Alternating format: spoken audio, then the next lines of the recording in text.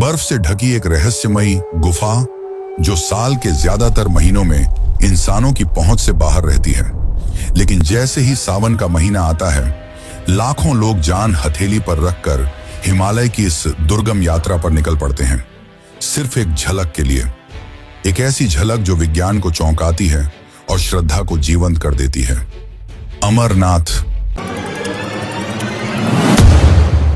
ये नाम सुनते ही मन में एक सवाल गूंजता है, आखिर इस गुफा में ऐसा क्या है? क्यों हर साल यहां बर्फ से अपने आप एक शिवलिंग बनता है जो किसी इंसानी हस्तक्षेप के बिना आकार लेता है, बढ़ता है और फिर धीरे धीरे लुप्त हो जाता है? क्या ये कोई प्राकृतिक चमत्कार है या कोई दिव्य संकेत? क्या है बाबा अमरनाथ की अमर कहानी? माना जाता है कि इस गुफा की खोज एक मुस्लिम चरवाहे ने की थी, पर क्या यह सच है या इतिहास बदलने की कोशिश? आज मैं जब आपको इसकी असली सच्चाई बताऊंगा तो आप भी हैरान रह जाएंगे।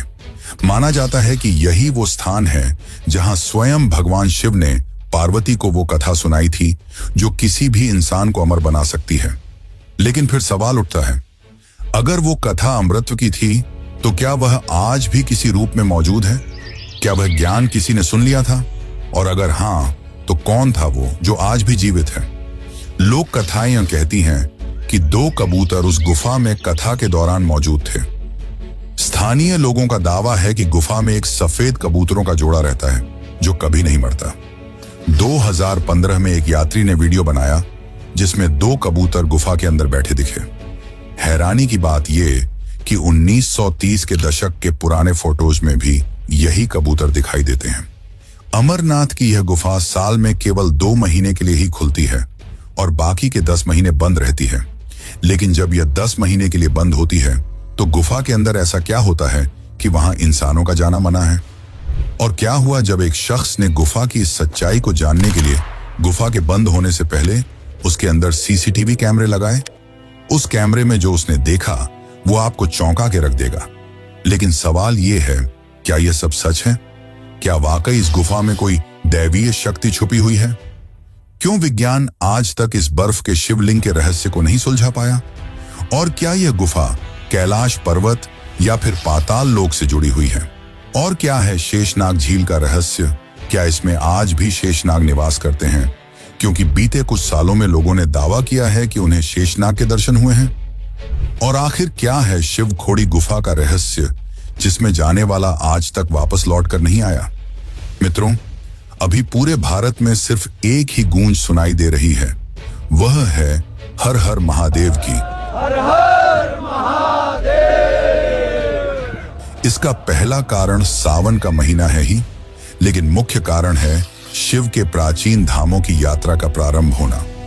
यही वह समय है जब लोग भोले बाबा की कृपा प्राप्त करने के लिए केदारनाथ और अमरनाथ की यात्रा पर निकलते हैं। यह यात्रा आसान नहीं होती। हर रास्ता भक्तों की भक्ति की परीक्षा लेता है। लेकिन जब अंत में भक्त मंदिर परिसर में पहुंचते हैं तो उन्हें एक अलौकिक शक्ति का अनुभव होता है और मन शांत लगता है। तो आज की इस डॉक्यूमेंट्री में हम आपको अमरनाथ की अनसुनी और रहस्यमयी बातें बताएंगे जो आपको चौंका कर रख देंगी। इस डॉक्यूमेंट्री में हम इतिहास की उन सच्चाइयों को बताएंगे जिन्हें आपसे छुपाया गया और हिंदू इतिहास को बदलने की कोशिश की गई। साथ ही हम वीडियो के अंत में यह भी बताएंगे कि आप कैसे बाबा अमरनाथ की यात्रा कर सकते हैं और जीवन मरण के इस चक्र से मुक्ति पा सकते हैं। तो चलिए चलते हैं अमरनाथ की इस यात्रा पर। लेकिन उससे पहले अगर आप चैनल पर नए हैं तो वीडियो को लाइक करके चैनल को सब्सक्राइब जरूर कर लें और कमेंट में लिखें हर हर महादेव।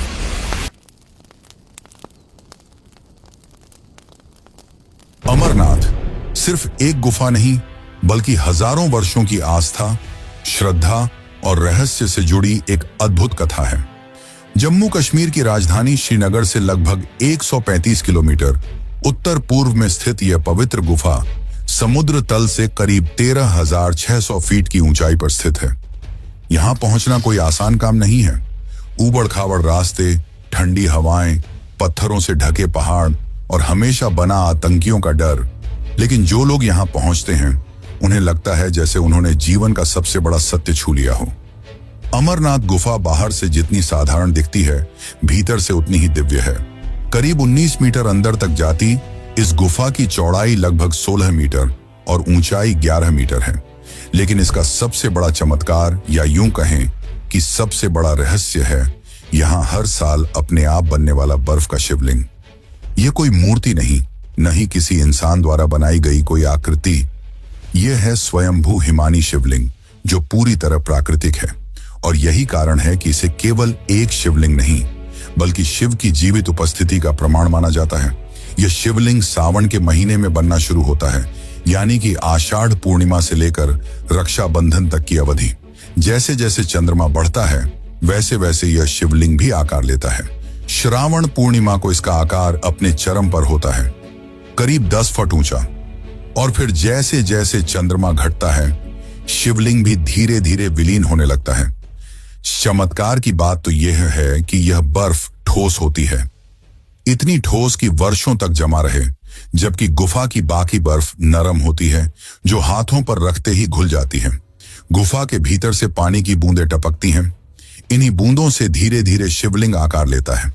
और इसी स्थान को अमृत की गुफा कहा जाता है, क्योंकि पुराणों के अनुसार यहीं भगवान शिव ने माता पार्वती को अमर कथा सुनाई थी।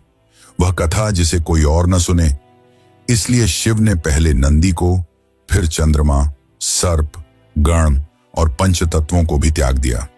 यहां तक कि उन्होंने अपने प्रिय रुद्र गणों को भी बाहर छोड़ दिया, ताकि केवल पार्वती यह कथा सुन सके। और यही कारण है कि इस गुफा को तीर्थों का तीर्थ कहा जाता है। यह केवल एक धार्मिक स्थल नहीं, यह एक अनुभव है जो आपको जीवन, मृत्यु और पुनर्जन्म की गहराई से परिचित कराता है। यहां आने वाले श्रद्धालु कोई साधारण यात्रा नहीं करते। कोई पैदल चलता है, कोई डंडी में सवार होकर आता है, तो कोई बर्फ में नंगे पांव, सिर्फ इसलिए कि एक झलक मिल जाए उस शिवलिंग की, जिसे देखना मानो साक्षात शिव के दर्शन करना है।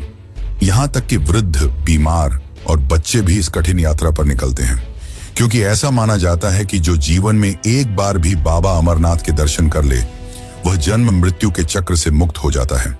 यात्रा कठिन है, लेकिन जब आप गुफा के सामने पहुंचते हैं, ठंडी हवाओं के बीच घंटियों की आवाज, हर हर महादेव की गूंज और सामने बर्फ से बने शिव की उपस्थिति, तो मन, वचन और आत्मा तीनों एक साथ झुक जाते हैं। यह है अमरनाथ, जहां हर साल साक्षात शिव हिम के रूप में प्रकट होते हैं।